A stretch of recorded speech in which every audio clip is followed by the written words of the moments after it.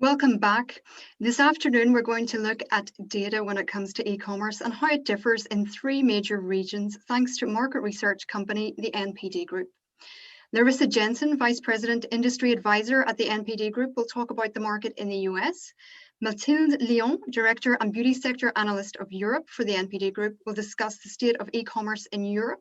And Stanley Key, Managing Director of Asia Pacific at NPD, will give an overview of the state of play in China. I'm pleased to welcome Larissa and Mathilde, who are here with us today. Unfortunately, Stanley cannot be with us in live due to the time zone differences, but Larissa and Mathilde will be happy to take your questions on e-commerce and beauty at the end of a short video that they will show. So please feel free to use the Q&A tab to ask any questions you may have. So now we're going to show a short presentation from NPD on the data by region.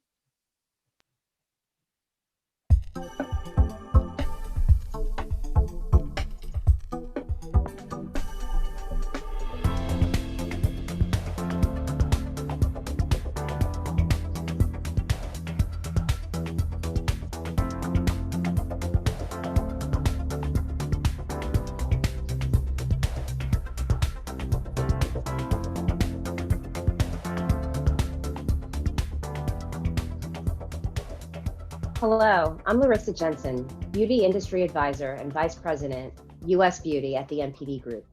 NPD is so glad to be a part of this event. Before we begin, a little bit about NPD for those of you who may not be familiar with us. A significant advantage that we have is that we track over 20 industries globally. This provides a more holistic view into what's really happening in retail around the world. We partner with over 2,000 of the world's leading brands who are our clients, and we take our robust data assets, such as point of sale, consumer, and prescriptive analytics, combined with industry expertise to help our clients understand the what, the so what, and the now what in their industries.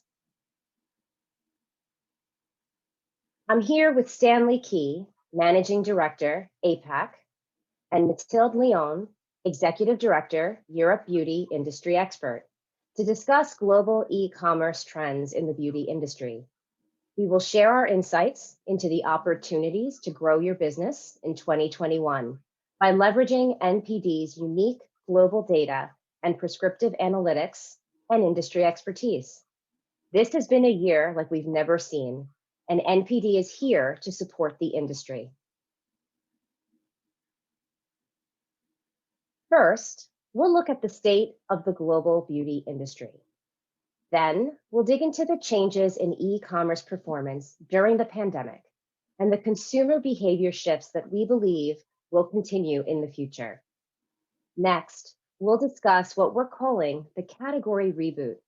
The impact on the beauty categories has been a roller coaster ride. We'll review the ups and downs in performance. What does all of this mean for 2021? We'll share our outlook for the beauty industry during the rest of this year and beyond.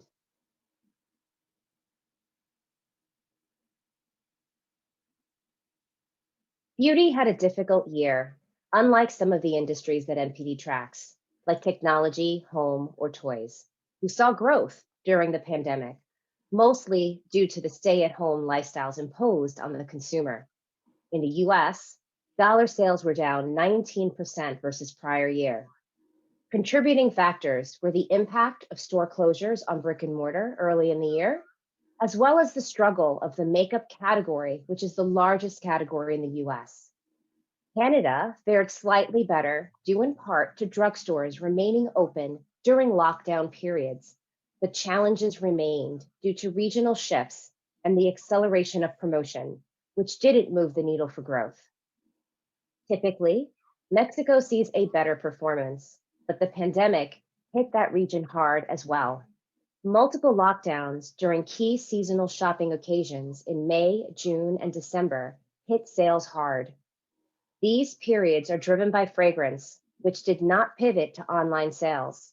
In May and June, fragrance was down in the range of 70 to 85%. What was the performance in Europe, Mathilde? In Europe, we saw a decline of 21% overall. After the first lockdown back in March last year, 3 out of 5 European countries had to face a second full lockdown right during the Christmas season, which affected the recovery trend. Despite having prestige stores closed during the Christmas week, Germany performed better than other European countries, and it's mainly thanks to its retail structure. As in Canada, drugstores remained open, and having the ability to purchase prestige products in-store made all the difference. But Stanley, please tell us about China. Sure.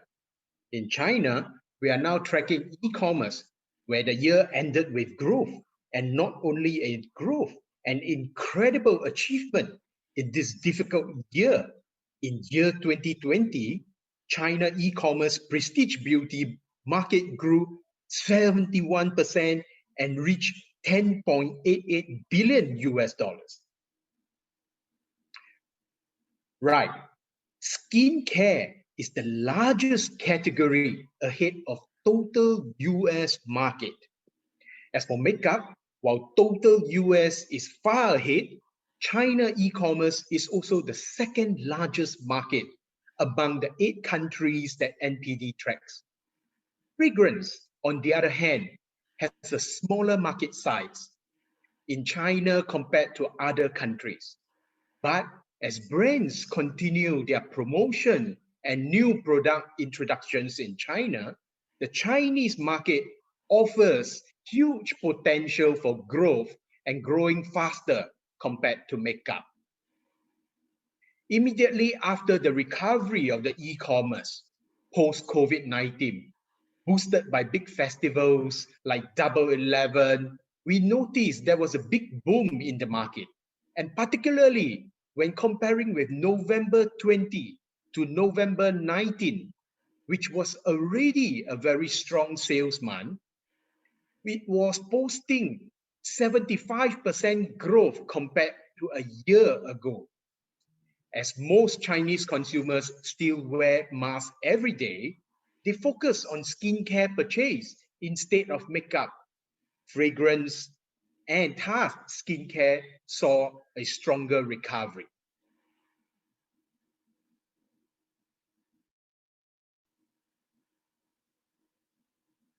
Looking deeper into e-commerce, here we see the performance of this channel across North America in total, which had a growth of 62%. In the US and Canada, e-commerce growth was softer, with US posting growth of 46% to represent 41% of sales, and Canada posting growth of 56%, translating to a 31% share for overall beauty in that region. In Mexico, e-commerce grew an astounding 284%, but this is what drove really the overall North America growth to 62%. But while e-commerce doubled in size for Mexico, penetration in this region was lowest across North America, making up just 14% of sales in 2020, up from 7% in 2019. The overall strength of the online channel led it to capturing huge share gains across all categories in the US. If you think back to the double-digit declines that we shared earlier, it is clear that the brick and mortar and online channels experienced 2020 in vastly different ways. The performance of e-commerce was nothing short of extraordinary. When comparing to prior year, online penetration grew across all categories. In makeup and fragrance, share of online sales doubled.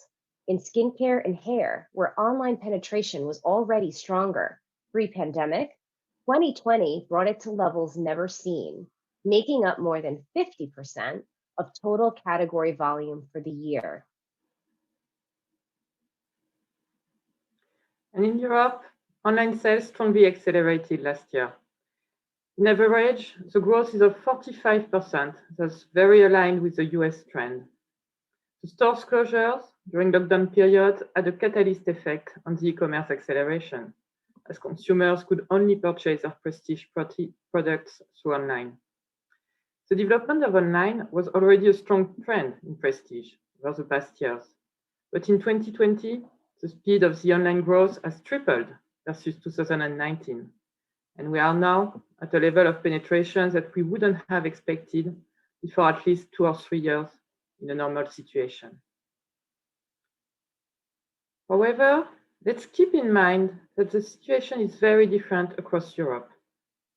The online acceleration is stronger in countries like Spain or Italy, where online sales nearly doubled.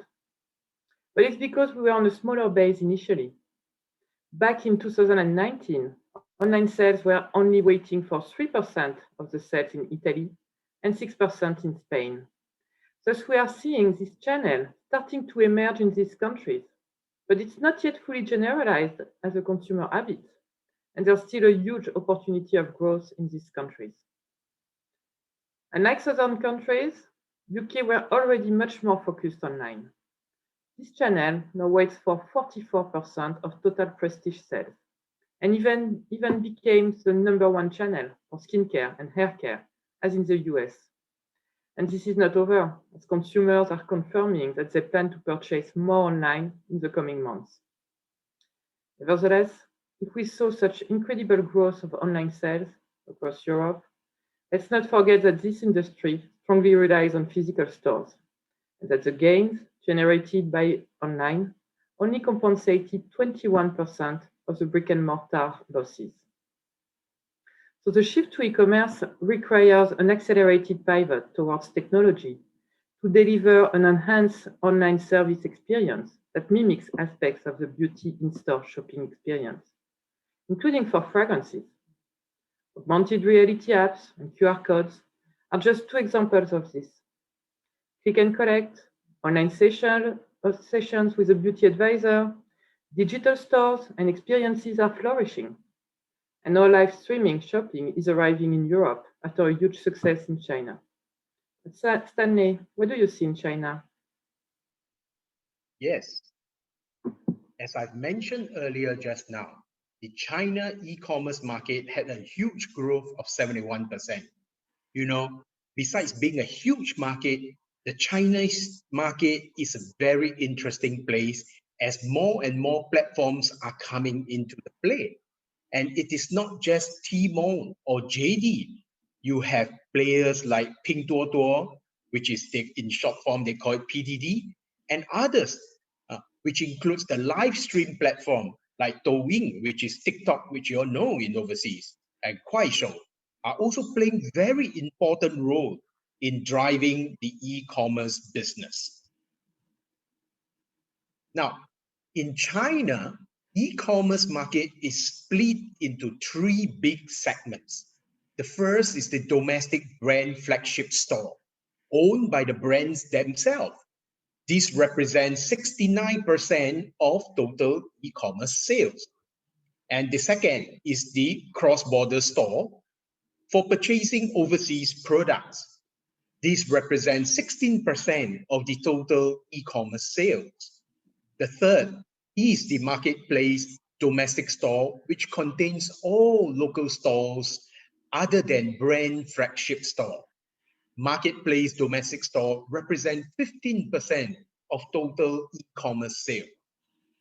The latest trend we have witnessed from May to December 2020 is the rise of cross-border sales, which grew by 3 points compared to 2019 to represent 16% of e-commerce sales.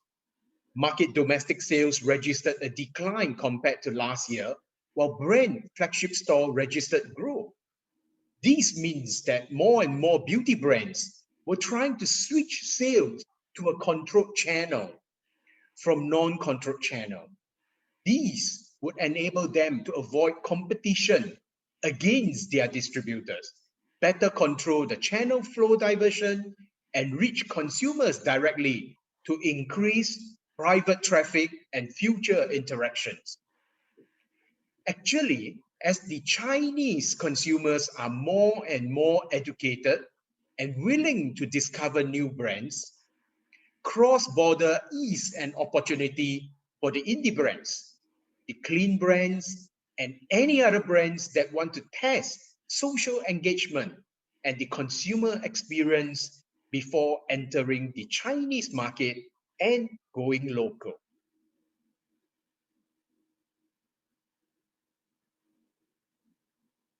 As I mentioned earlier, beauty category performance was a roller coaster ride. Makeup was about 36% of sales in 2020 in the US, making it the largest category. This is down from about 43% of sales in 2019, so it's a huge drop in share. Of the $3.8 billion that were lost in the market in the US last year, makeup was about $2.5 billion of that, so about 65% of the losses. What's driving this? So much. First, according to our most recent consumer studies in makeup and skincare released last year, there were fewer consumers using makeup and more consumers using skincare. It's not a shock, but that shift in each category meant that skincare now has more users than makeup. And the impact is actually greater when you look at usage frequency, where makeup takes another hit. Not only are there fewer consumers using makeup, more than a quarter of them are using it less frequently. And to layer on top of that, NPD's receipt-based tracker revealed that consumer purchase frequency in makeup dropped as well, falling by 21%. Average spend also declined slightly, down around 4%. Another factor to consider is the impact of the bigger DMAs, so the tourist cities like New York, Los Angeles, San Francisco, and Chicago, that are dragging down the overall category. The decline in these cities is anywhere from 10 to 15 points worse than the overall market. And this ties into the GPS-based data in NPD's Return to Work report, which correlates to makeup declines. The cities where more people are working from home are the same cities with the biggest makeup declines. And the reverse holds true as well. If a city has more people working, makeup performance is better. This is a dynamic that we'll be watching closely, as it is tied in many ways to the recovery of the category. That said, in makeup, there were bright spots.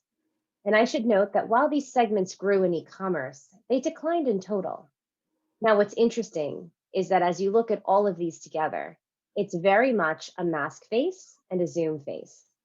You wear a mask and the eyes are a focus. And so concealer and eye makeup are important.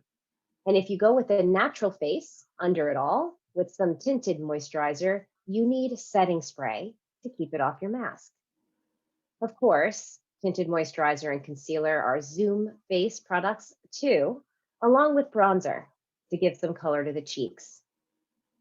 In 2021, these same areas are gaining share, along with a few other products like highlighters, and of course nail, which not only grew share, but it grew dollars. A future thought here. Makeup stands ready to make a dramatic comeback. If you consider the last time that the world suffered through a pandemic 100 years ago, we came out the other side and celebrated through the Roaring 20s. Is there another round of the Roaring 2020s ahead of us? If so, makeup stands to benefit the most from an exuberant consumer that's ready to celebrate. Mathilde, how does the category reboot play out in Europe? Well, this is very different in Europe, where fragrances is the main pillar, capturing 58% of total prestige sales. In Europe, all categories saw double-digit growth online, but makeup is lagging behind, as growing 2.5 times less faster than fragrances or skincare in the e-commerce channel. The most dynamic category is hair care, which clearly benefited from the consumer switch to online. The hair care offer was already largely developed online, with some retailers offering online exclusive products. With an increase of 65% online, This channel now captures most of the prestige haircare sales. Skincare also posted beautiful results online, especially in southern countries where it overperformed fragrances. Body care was the most dynamic segment in Europe, as consumers were keen to recreate spa routines at home. However, I would say that the good surprise came from fragrances, which was the category the less penetrated by online and which grew plus 52% overall. Fragrances represent now for the first time the majority of the prestige sales also in the online channel. And we all know the barriers to sell fragrances online. Virtual try-on developed a lot on makeup. It is still quite impossible to smell a fragrance through your phone or your computer. But retailers and brands adapted themselves with more personalized service online, as well as adding samples, which allows consumers to test the fragrance without having to open the full-size product. This enables them to return the full product in case they finally don't like the scent. And we are seeing some segments performing particularly well within the success of fragrances online. Home scents have more than doubled their sales online. And they also better perform than other segments in physical stores, as consumers were spending more time at home and seeking to create a pleasant atmosphere there. Gift sets grew by 64% online, while they underperformed in brick and mortar. This is not surprising, as consumers purchase online first for the promotional offer. And this illustrates one of the key challenges of this channel. Products are much more often purchased with a discount online than in physical stores. Prestige needs to remain prestige, and it's critical to find ways to use price promotions to drive ROI while protecting brand equity and adding value. Prestige brands need to be more distinctive to ensure they deliver on the promise of luxury. And if e-commerce is a world of convenience and good deals, they must be able to provide the same level of experience and luxury as in physical stores. Other points to consider is that consumers favor online for replenishment or to purchase products that they already know.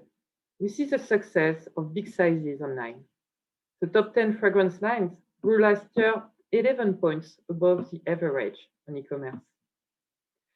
The launches have a smaller weight online. So the challenge is really to facilitate and emphasize discovery, to facilitate also the experience of the sense. And as online will continue its expansion, it is critical to find the right balance in the promotional pressure and enhancing the discovery path still in a prestige environment. Well, in the case of China, skincare is the category that is performing best in China e-commerce, with up to 4.8 billion sales in the second half of 2020, and contributed 81% of gains with total beauty category growth in the first half. In the second half of 2020, after the effective control of COVID-19 situation, and thanks to the strong promotional sales in both November and December, sales registered a 76% growth. You know, as the Asians say, the Asians don't like to lose face. So skincare is naturally the fundamental to their daily routine, and therefore they need to have it. While skincare products experience growth, the gain is mainly driven by skincare face and set kits. Face was the largest segment within skincare, while serum was the top sub-segment, almost double in size from May to December 2019 and contributing 27% to the total sales gain. Thanks to the active beauty influencers and education by the brands, consumers realize the importance of face serum in daily skincare routine and were more focused on the ingredients associated with the serum.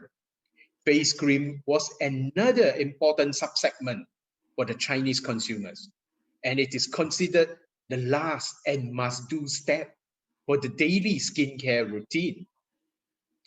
Sets and kits was another popular product format in China.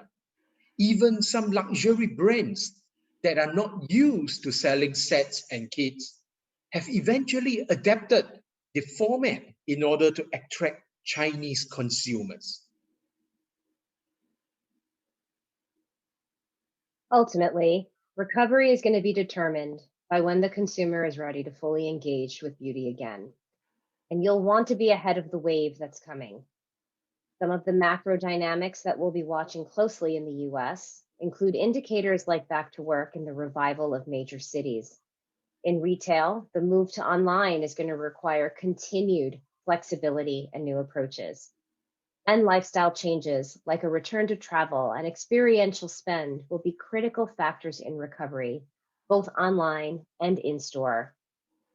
As a prestige brand or retailer looking ahead to 2021 and beyond, this is the time to reimagine your channel strategy to ensure a cohesive experience and product accessibility for your consumer without compromising luxury. Identify what role you want or need each channel to play. Identify the technology you may need to deliver the experience and ensure your brand's integrity. Imagine each experience cohesively to deliver on your brand's prestige promise. Adapt your assortment, your communication, and your promotional strategy to each channel specifics. If a cohesive experience is key, let's not forget that consumers' behavior is different online. The main purchase drivers remain the price and the promotions. Thus, where do you want to draw the line to maximize your return on investment? Leverage promotions to your advantage if you want to. Rejuvenate your ROI by minimizing cannibalization from the price promotions. Instead, focus on surprising customers through compelling brand or store propositions, which will deliver irresistible value. Each category, each product has its own purchase path in each channel. And let's not forget that physical stores will remain the main pillar for some categories, such as fragrances. And the experience and discovery of new scents is a physical experience. Strengthening your digital strategy and enhancing new virtual experiences should also leverage purchases in stores. And you will need to measure the engagement of your customers wherever they experience your products. Beauty e-commerce sales will continue with double-digit growth in the case of China. Skincare will continue to dominate, but growth for makeup and fragrance will accelerate when mask wearing and social distancing requirements loosen up. Live streaming and social media will continue to play vital roles in beauty e-commerce sales. Cross-border sales will continue to grow and continue to be one of the top choices for overseas beauty brands that want to sell into Chinese market before going local. Thank you for joining us today. As you've heard, regardless of region, beauty brands are relying more on e-commerce and social media. Thanks to NPD's data and insights, you can understand the impact of your online strategies on your sales and market share. Please don't hesitate to contact us to learn how we can help you grow your business.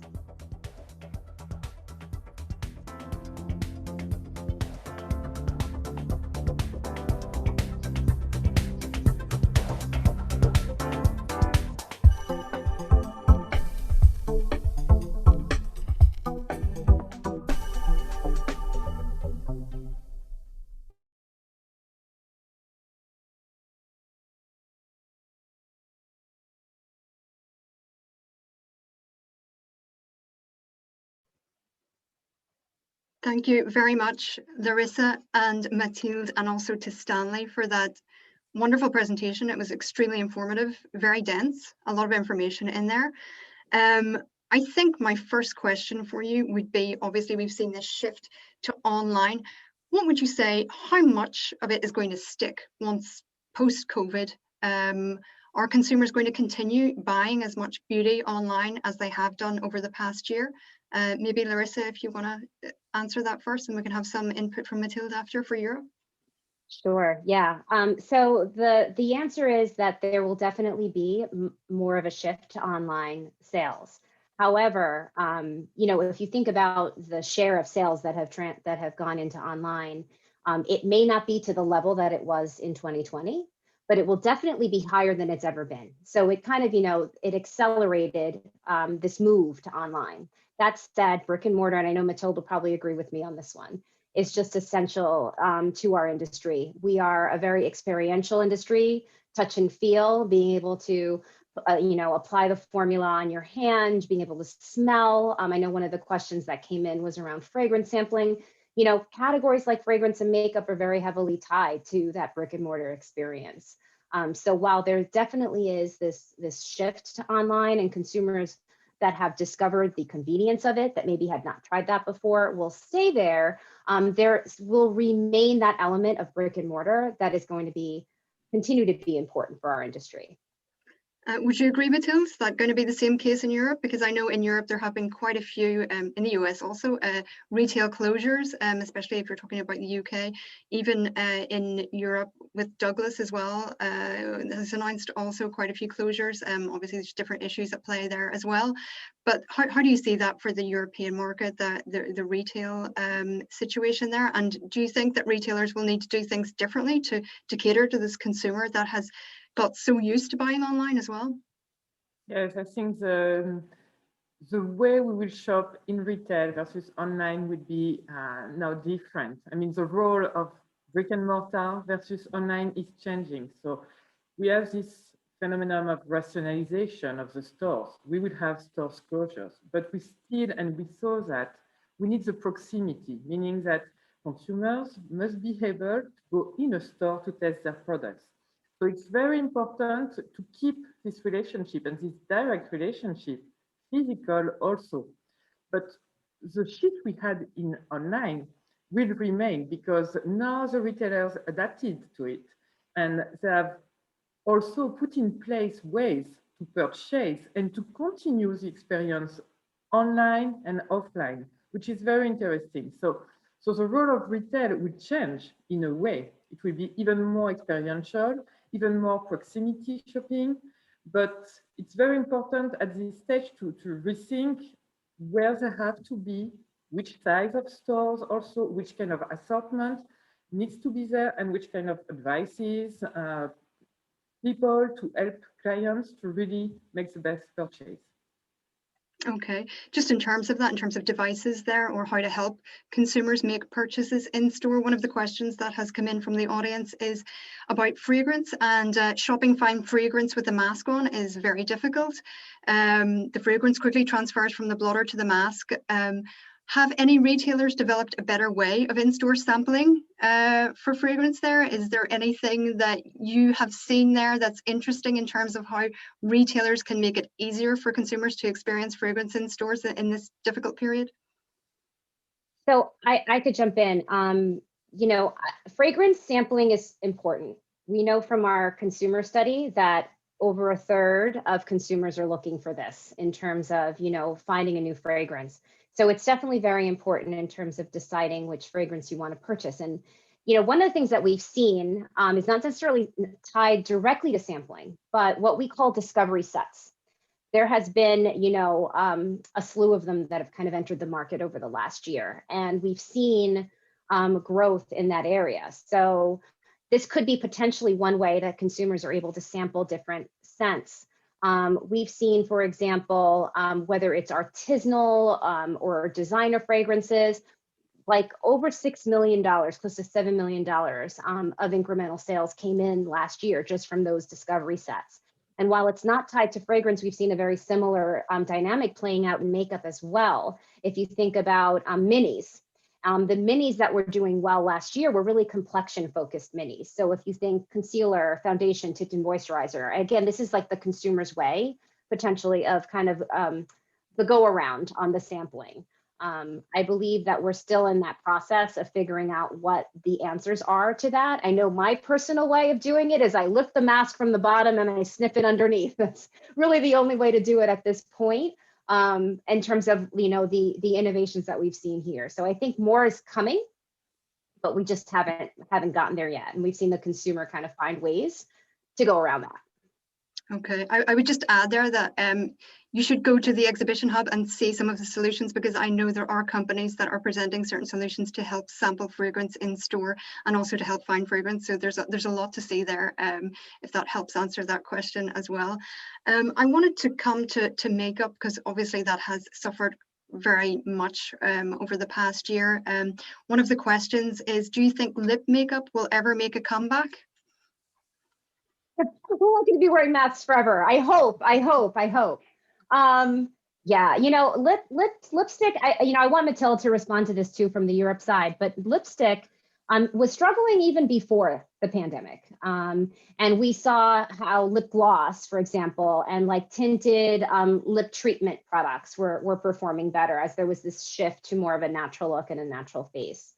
And 2020 really kind of was very challenging for the category as well. One thing we did see that was actually promising within lipstick, which is tied to this whole mask mandate, is that matte formulations actually were gaining share as opposed to the regular maybe satin finish, right? And that was really driven by the fact that matte lipstick will stay on your face and it doesn't really kind of come off and transfer.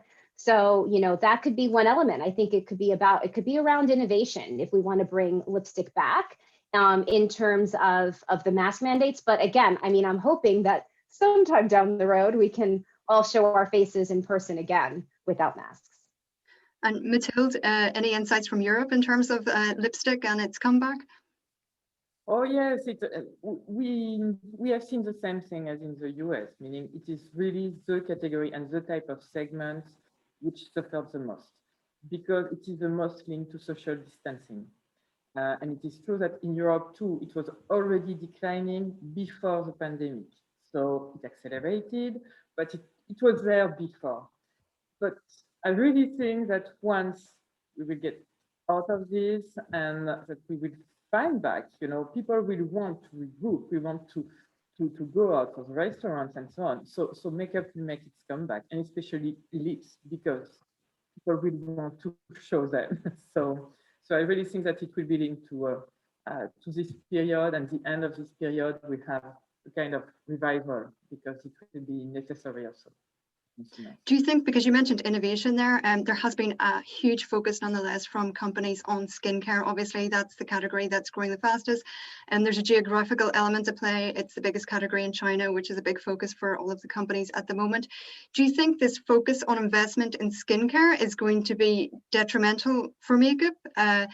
If companies are investing on R&D and marketing on their skincare part of the business, will they be doing so in makeup? And if they don't, will that category suffer as a result? I think it's a chicken and egg situation, right? Because part of the reason why everyone's focusing so much on skincare is because that was really where the consumer shifted. We started to see big sales volumes coming from skincare, and with this shift towards skincare. One of the things that we've observed over time is looking at, say, over the past 10, 15 years, that there's a cyclical pattern between makeup and skincare. There is a time, 4 to 5 years, where skincare performs better than makeup, and then it switches. Makeup performs better than skincare. Consumer focus shifts back to makeup. So I think, to your point, Una, yes, there is a lot of focus on skincare right now, but as the consumer begins to shift back towards the makeup category, it's going to drive companies towards that category again. And what can we do to supply the consumer with the things that she's looking for and that she wants, right? So I think there's like an element of, consumer driven, but also, company driven and industry driven. And so I think at this point, as we've seen over time, consumers are driving more of that.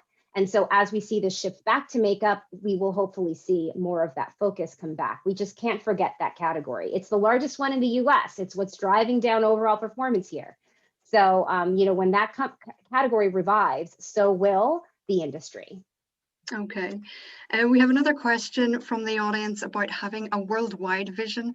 I don't know if you have the data at hand, but could you give us an idea of the total loss of retail sales worldwide in the beauty industry, brick and mortar versus online, and how much has brick and mortar fell percentage-wise, and how much has online risen percentage-wise on a global level, if you can answer that?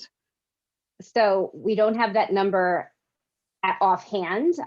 However, I can confidently say that, across the board, brick and mortar has been challenged across every country that NPD tracks. And online sales have been phenomenal. That said, brick and mortar is still the largest channel, again, across every country that we track. So that's important to know. So that's more of the general answer. I don't have specific figures behind it, but we can always follow up. Okay. Another question just in also about how the beauty industry is dealing with counterfeit products, given the rise in e-commerce.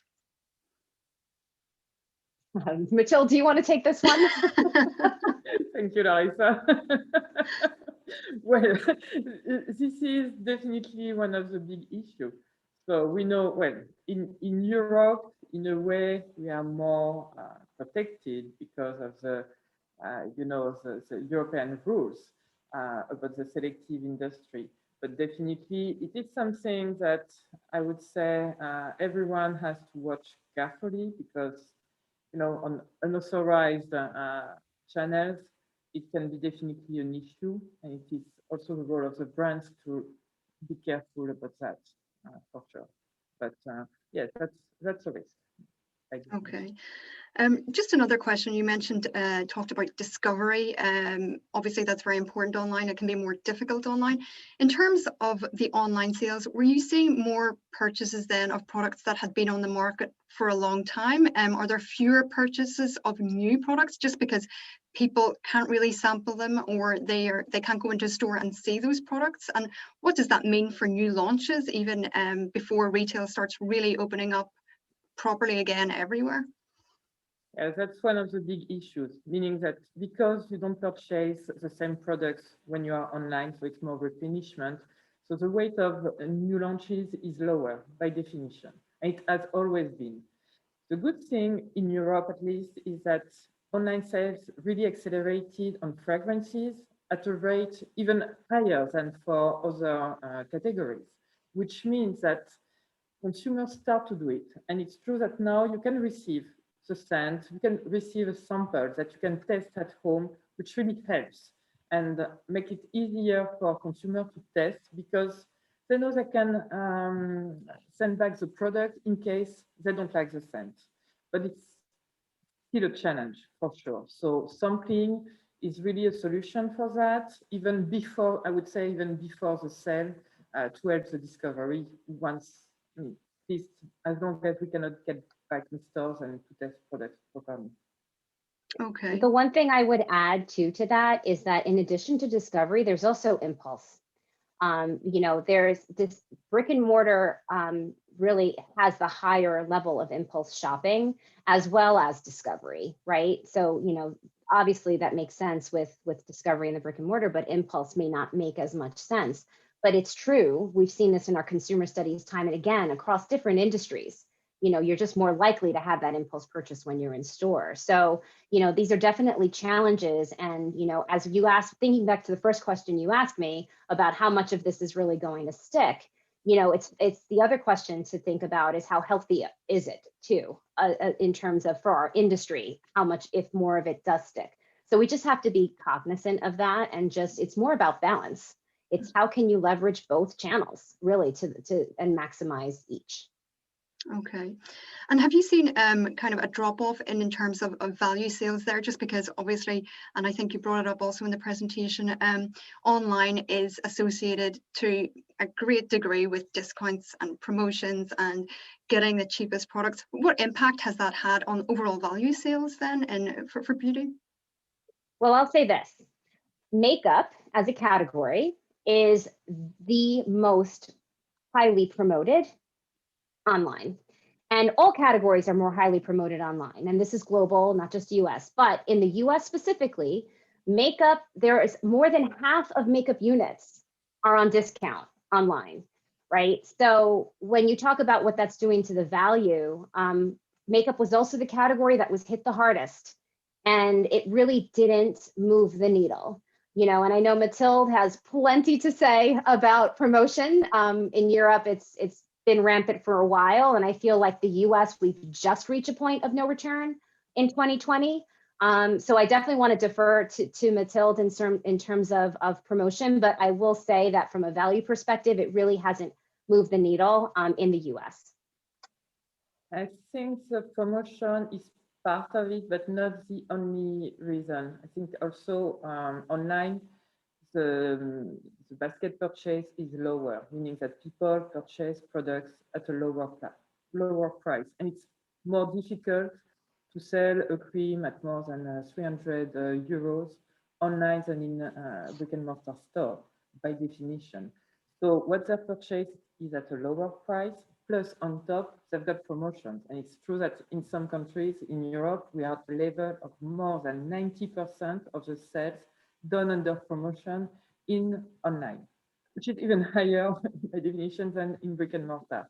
So you have the two aspects. So, and we've seen that especially in skincare. In skincare, the category resisted better than makeup by definition, but people really purchase at a lower price. And even, you know, trading down the terms of brands, type of brands and so on, and type of products to purchase more affordable products. Okay, it's huge. Yeah, when you think of that figure of 90%, it's huge. I just want to turn to China. I know Stanley isn't with us today, but how do you see China in terms of international prestige beauty brands? We're all hearing about the rise of local Chinese brands in the country. Do you think that will impact some of the Western players, some of those big international players there, or how do you see that panning out? So generally, no. Basically international brands do need to play it right in the Chinese market. So obviously they've got the strong global branding, that's really important, but they do need to walk a fine line, you know, emphasizing both their strong product quality while also ensuring that they adapt to the Chinese culture. Stanley was very clear on that. You know, there's a very distinct culture there, you know, and consumers in China do react positively to that, you know, Chinese sense of look and feel in a product. So even though they know it's an international brand, it should still have that feel, right? So pushing a strong global, you know, product message while acclimating to the local culture is really, you know, kind of that winning formula and the way to adapt to the Chinese culture in a more meaningful way. Okay, great. Okay, that's great. I think that will close our session for today. Thank you very much, Larissa and Mathilde, and also thank you to Stanley for his overview of China. And that ends the day in the Knowledge Hub, but do visit the Exhibition Hub to see the products and services showcased there. And we will be back tomorrow morning for a keynote with Coty Chief Digital Officer Jean-Denis Mariani, a panel discussion with Group Marie Claire, and sessions on the future of digital trends in beauty and on selling through live streaming. We'll see you tomorrow.